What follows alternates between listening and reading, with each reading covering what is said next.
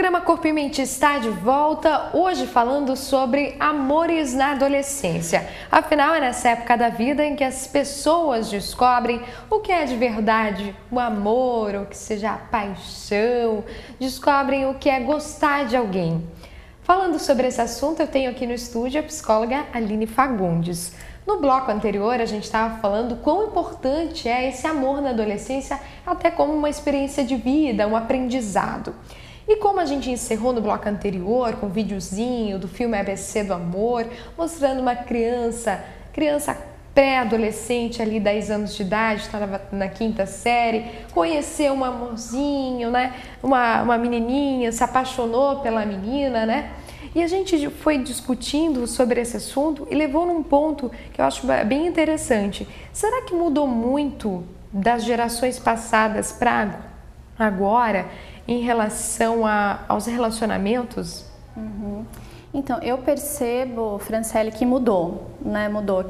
E isso é uma coisa muito notável, né? E também muito presente nos discursos familiares, né? No discurso das nossas avós, das nossas mães, né? De como que era o namoro, né? Que o namoro tinha que ir lá pedir para o pai, né? O pai aceitava ou não, começava a namorar dentro de casa, né? Ali, o pai e a mãe acompanhando. E hoje em dia a gente vê que é quase o inverso, né? Geralmente os adolescentes começam a namorar na rua, né? E depois na rua, em outros ambientes, na escola, e daí depois eles manifestam um desejo de trazer para dentro de casa e tornar esse relacionamento algo também familiar, né? Dentro do seio da família, né? E eu vejo também que há outras práticas também de relacionamento, né?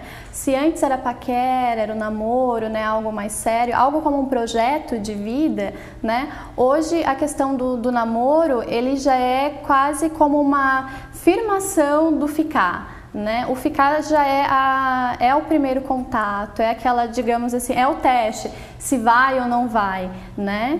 E esse ficar depois é o que dá base para o namoro, e o namoro passa a ser o namoro passa a ser algo, no caso, que é não mais só um projeto de vida, mas uma troca, né, dos dois, que enquanto aquilo tá bom, né, funciona. A partir do momento, né, que não tá bom para um lado, né, há ruptura desse relacionamento. Realmente foi inserido um processo ali no meio, né? Se antes tinha a questão do primeiro beijo e logo vinha ser o pedido de namoro, agora tem a questão do ficar, né, que é um relacionamento um pouco mais aberto, em que ainda estão de namorinho, estão só de beijinho, e depois ninguém ainda está sabendo daquela situação, e depois que se torna público. E como você falou, né? Às vezes nem sempre aquele namoro é para o resto da vida, né? Muitas vezes é só passageiro e depois acabou aquele relacionamento, tem outro, tudo se tornou acabando muito descartável também, né?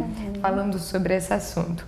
Mas, como tu falou, é um aprendizado, amor na adolescência é um aprendizado, é saudável, mas também não pode se proibir, né? Muitos pais, quando descobrem que o filho está namorando ou que está em um relacionamento com uma outra adolescente, acaba rompendo. É ruim também esse rompimento, né? Acaba exigindo que haja esse rompimento, né? Sim, até porque no caso, uma decisão que é do adolescente, né? Então, quando os pais acabam tomando essa decisão que é do adolescente, né? Pode haver, digamos assim, um conflito ali, né? E muitas vezes há esse conflito, porque se o relacionamento é do adolescente, a decisão é dele. O que os pais podem fazer? Orientar, colocar os pós, os contras, né? E é com base nisso o adolescente decidir o que é melhor para ele, né? Tem que ser uma decisão dele, realmente. Isso, então. porque quando há o confronto, realmente daí a resposta que vier pode ser mais prejudicial, né? Com certeza. E a gente estava comentando sobre a questão da liberdade sexual. Parece que hoje em dia está um pouco mais livre, né? Eles têm, parece, mais essa liberdade sexual, apesar das doenças, claro, sexualmente transmissíveis, que antigamente não se era tão claro, e hoje em dia é batido muito na tecla a questão da AIDS, né? Das DSTs em geral, né?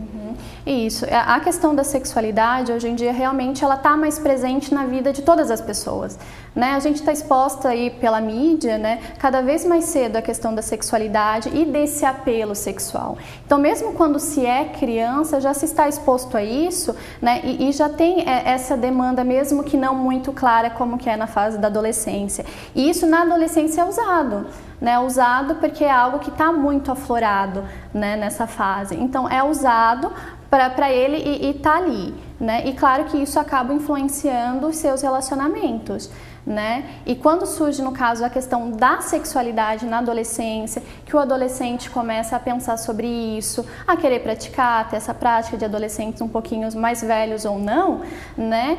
Qual que é o papel dos pais aí? Né? Orientar. É a orientação, porque ali no momento o pai não vai poder estar para proibir, para não proibir, né? Então é a orientação das doenças, né? Das possíveis consequências e também da forma de se proteger de tudo isso, porque por mais que ele faça essa escolha, né? De ter essa prática, de ter a primeira vez e tudo mais, então que ele faça de uma forma consciente, de uma forma responsável.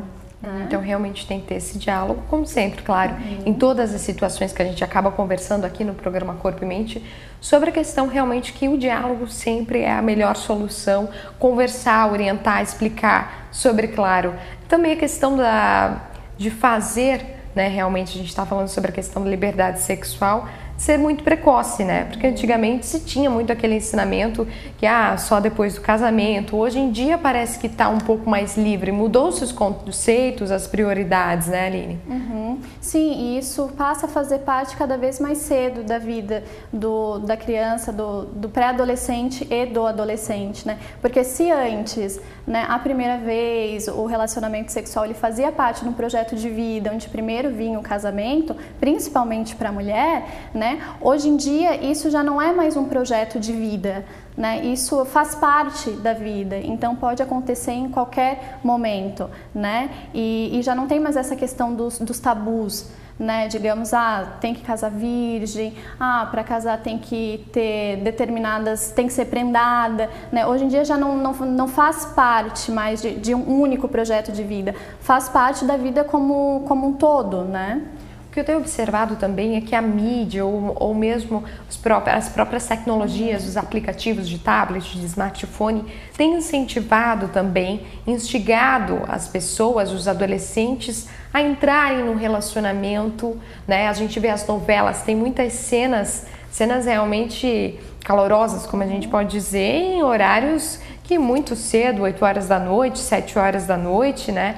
Então, realmente é complicado, né? Porque isso acaba incentivando, mas o que fazer, né? Como privar? Também não tem como privar isso do adolescente, né?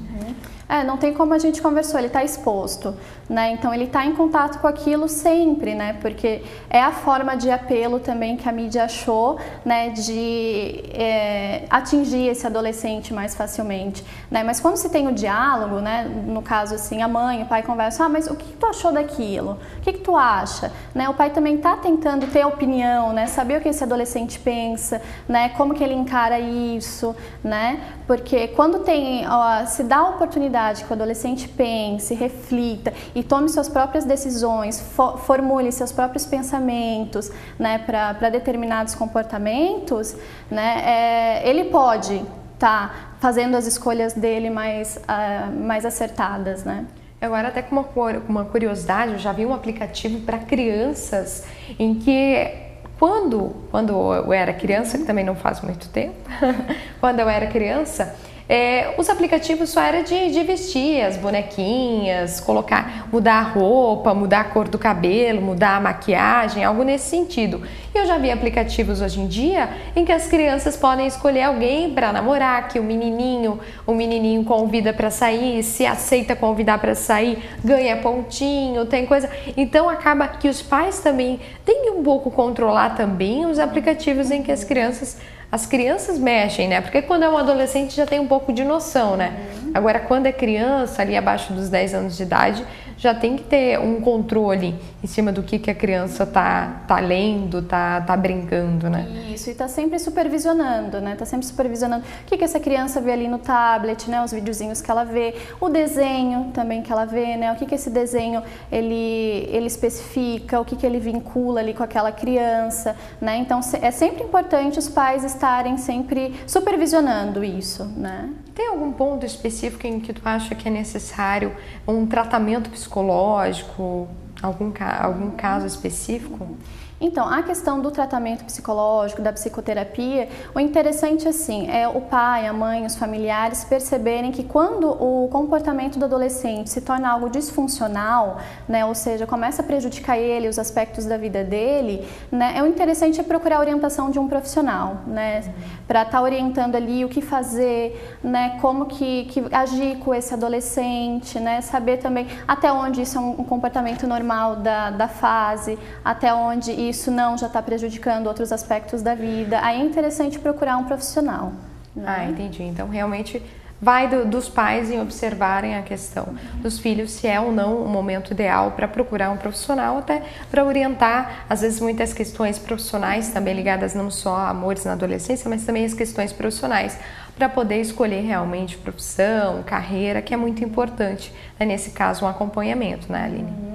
E também a questão assim dos grupos, né? O adolescente ele está naquela fase também do reconhecimento de grupo, que grupo eu pertenço, né? Como que eu estou construindo a minha identidade, quais as ideias, os valores que eu me reconheço. Então muitos adolescentes nesse período ali, eles também procuram psicoterapia, né? Voluntariamente, porque eles também querem conhecer e saber até onde aquilo é deles, né? Porque eles se reconhecem naquele ambiente, né? Porque eles fazem determinadas escolhas. Então a psicoterapia ela pode tanto atuar, né, nesses comportamentos disfuncionais, né, na tentativa de uma melhoria, assim como na questão da reflexão da própria vida, né, das escolhas, do que fazer, do que não fazer. Agora você tocou num ponto ali, a questão das amizades. Muitos pais se preocupam também a questão das amizades e a influência que isso pode ter na vida do adolescente, né?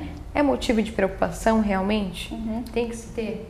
Então, é motivo para observação, né? Porque, digamos, se na infância, né, os pais eram o primeiro contato, né? Eram os que protegiam, eram os que reconheciam, na adolescência esses pais perdem esse papel, né? E quem passa a fazer parte, quem passa, na verdade, a fazer esse papel são os amigos, os grupos. Então, é preciso que realmente que os pais, né, observem, né, que grupo é esse, quais são os comportamentos desse grupo, né? Quais são as ideias, os valores e o tanto que esses jovens se reconhecem nisso, porque também é uma fase de experimentação.